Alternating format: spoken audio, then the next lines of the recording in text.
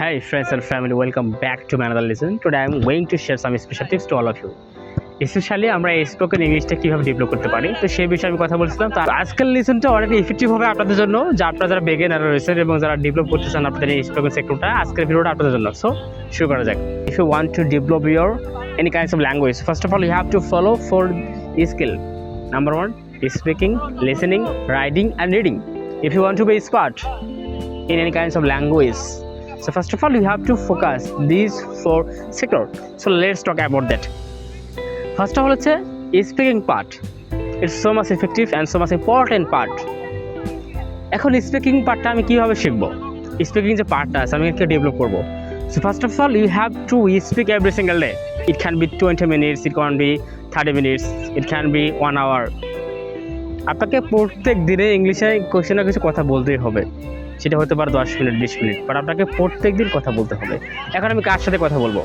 এখন আপনি চাইলে আপনার ফ্রেন্ডদের সঙ্গে প্র্যাকটিস করতে পারেন, আপনি চাইলে আপনি যে সেক্টরে আছেন না কেন, আপনি চাইলে আপনার কলিগের সঙ্গে প্র্যাকটিস করতে পারেন, আপনার ফ্যামিলি মেম্বারের সঙ্গে প্র্যাকটিস করতে পারেন। And if you don't get any person to practice with him or her, so you can practice with yourself. So how we can practice with yourself?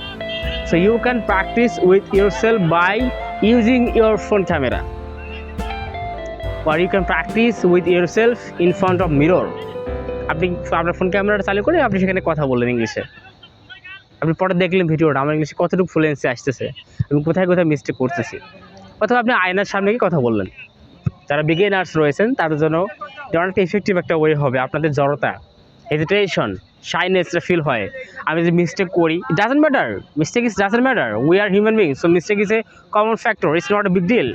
So first of all you have to make lots of mistakes and then you will be able to learn this language properly. We cannot do anything properly without mistake. So first of all you have to make lots of mistakes, then you will be able to get anything. Remember that. তারপর আমাদের বিষয়টা আছে listening. এটা সবচেয়ে বড় একটা sector যদি আপনি ইংলিশে ডেভেলপ করতে চান। দেখেন আমরা যখন ছোটো ছিলাম, অনেক ছোটো ছিলাম, কিছু কথা বলতে পারতাম না। আমরা যে প্রথম আমাদের শব্দ মা এই জায়গায় শব্দ বলেছি, আমরা এটা কিন্তু শুনে শুনে বলেছি, বাইরের লোকেরা বলে দ্যাটস আমরা সেখান থেকে শুনে শুনে বলেছি। এটা আমাদের যে কথা বলা শুরু হয়েছিল শোনার মাধ্যমেই। তো আপনাকে প্রচুর শুনতে হবে, লিসেনিং করতে হবে আপনাকে। আপনি কী লিসেনিং করবেন? ইউটিউব অনেক কন্টেন্ট থাকে, আপনি সেখান থেকে লিসেনিং করতে পারবেন। আপনি চাইলে আপনি ইংলিশ যে নিউজগুলো হয় আপনি দেখতে পারেন, আপনি সমস্যা নাই। ইংলিশ মুভি রয়েছে, আপনি সেগুলো দেখতে পারেন। এবং থার্ড যে বিষয়টা, আপনাকে লিখতে হবে। You have to write something every single day, at least 1 page or 2 page.